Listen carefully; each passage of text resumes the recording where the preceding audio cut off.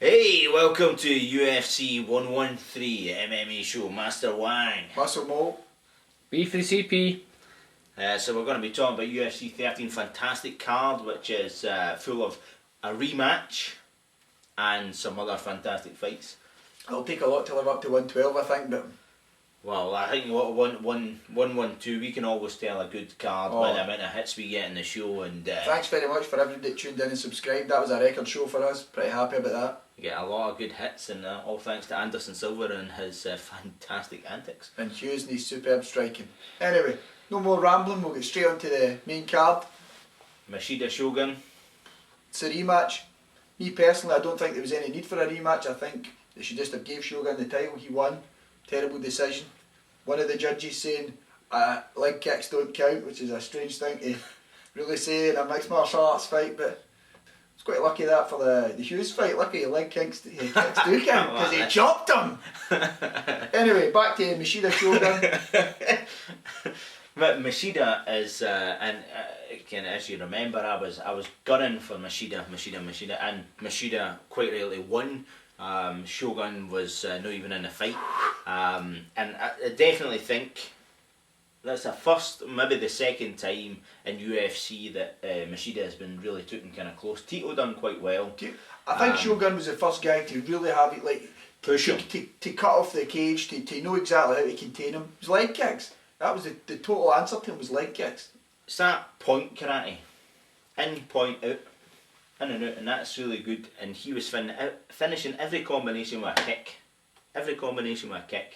So Machida, being the fucking fantastic strategist that he is, he's going to have that round, and I think Machida will have the game plan. Or he's going to have made sure that judge gets back in again. So he's not counting the leg kicks, so he's laughing. So who are you going for? I'm going for Shogun again. I realise what you're saying, you'll probably strategise different for this fight as opposed to the last one. But so Shogun. I think Shogun will just come out and nuke him. Last time I went for Machida won. Last time you went for Shogun, Machida won. So I'm going for Machida. Shogun. Excellent. Who's next? Next fight, Koscheck versus Daly. This is a fight I'm looking forward to because I think they're...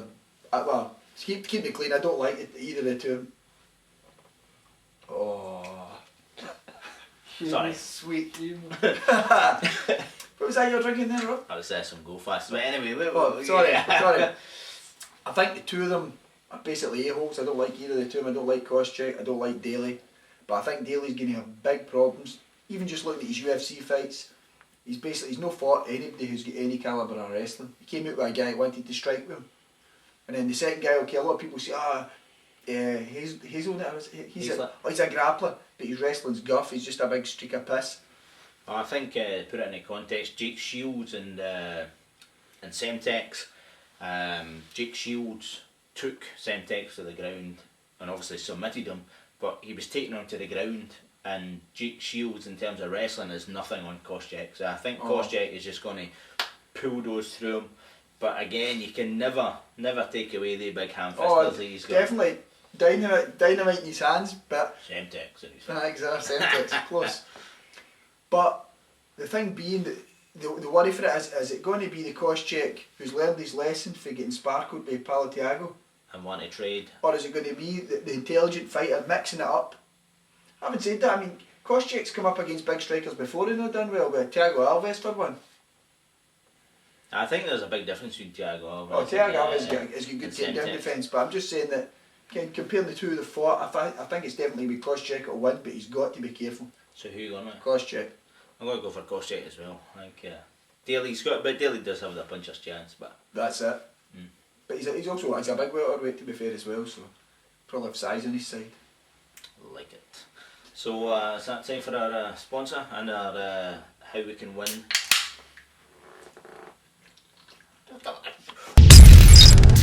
Hey, this is a Go Fast Sports competition. This is by Master Wang.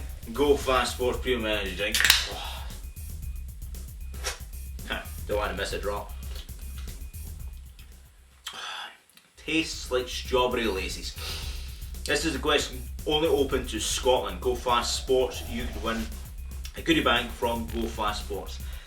Question is, what does Go Fast Sports taste like? A. Strawberry Laces, B. Go Fast Sports, or C. A goddamn fantastic energy beverage? Write it in the comments. We'll on to Scotland.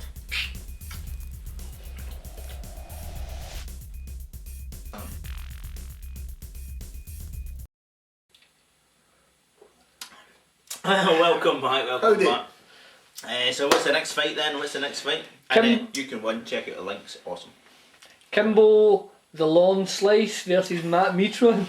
Kimbo Slice versus Matt Mitrione. Thanks, B for the CP. One of the biggest selling mixed martial artists in all time, and one of the craziest stroke, I don't know if disliked or disenchanted, maybe mentally unstable mixed martial artists of all time in the ring, in the cage. I'm going for Mitrione. Do you know something? I think I will as well. He was totally underestimated in the show purely because to look at, he doesn't look good in the cage, but he hits hard and he can take a hard hit. Oh, he hits hard. He's coming in at 265, and he'll be cutting to get to 265. He was a big guy anyway, and I think as the UFC's already been doing, they're cautious of Kimbo pretty much because he isn't really a heavyweight. He floats around 220, 230. Aye, and he's too big to get to light heavyweight, but he's too small really for the kind of big heavyweights that are going around the now. So I think he's going to have real problems. One, taking a hit for Mitrione, and two, I don't think he'll be able to get him down if it gets desperate. Kimbo's now known for trying to get him down. He's going to try and slug, but. And Mitrione's not going to. Mitrione knows the classic: chop his leg, his knee. Well, his knees are weak. Chop his leg, take him down, and hit him with one of these size 10 ham fisters. Mitrione. I know we're talking about this, but I just keep thinking of a big country. Super stud. Hey, gave the fat guys a chance, eh? Fat guys are back in it. It's the mullet. See, the mullet finishes it for me. Good sense of humour, mullet, big belly. Great jiu-jitsu. And if B for the CP was in front of the camera, you would see he's got that quality of beard as well. He's also working in his mullet. Okay, Mitrione. I'm going Mitrione as well. If you agree, disagree, write it in the comments. Subscribe. Oh, I will like subscriptions. Well, subscriptions really. Subscriptions can win. It's about to show you the prize, but we'll do that in a minute. Who's next? Okay, we've got Patrick Cote versus Alan the Riff Belcher. Talking about knees. Patrick Cote. Well, his last fight, I think I've got a note down there, I think it's 2008 sometime, 2008. It's his last fight, a title fight. I think he's been kind of short-changed. I know he's been out for a while, but he was a #1 contender. And they've got him like 4th, 5th in the card. He was training with GSP for GSP's title defence against Dan Hardy. Was one of the integral team. And obviously he's talked about the food chain and that, but kind of last time it was out with the knee. He basically fell over.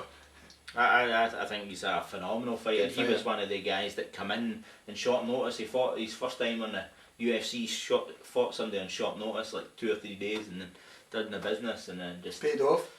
But he stood with Anderson Silva for 2 and a bit rounds or whatever, and he was neither he wasn't winning, but he wasn't getting hammered either. I was really impressed with him. I don't think ring rust is going to play a part in this, just because what you touched on, training with Greg Jackson. He's training with really high caliber fighters the whole time. Talking about your GSP, your Luzon, what's his name? Oh, what do you Black call guy, one of the originals of Canadian MMA. Oh, the Crow. The Crow. Trains with him. Oh, there's a lot. He's trained with a lot of good fighters. So I don't think ring rust is going to come into it. Who's he fighting again? Alan Belcher. Alright, hey, Alan Belcher's good. He's strong. He's quite good in the ground. He's good in the ground. He's a big dude as well. He's big for that weight. I don't personally see him winning it. I can see Cote keeping it standing and hurting him badly. So if his knee doesn't come out, Cote all the way. I'm going Cote. Patrick Cote. It's almost like, I was about to say almost like Captain Picard, but it's not like Captain Picard.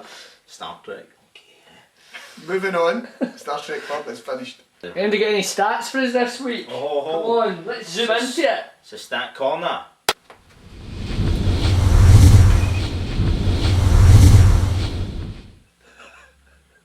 Tito Ortiz made $250,000 to lose to Forrest Griffin.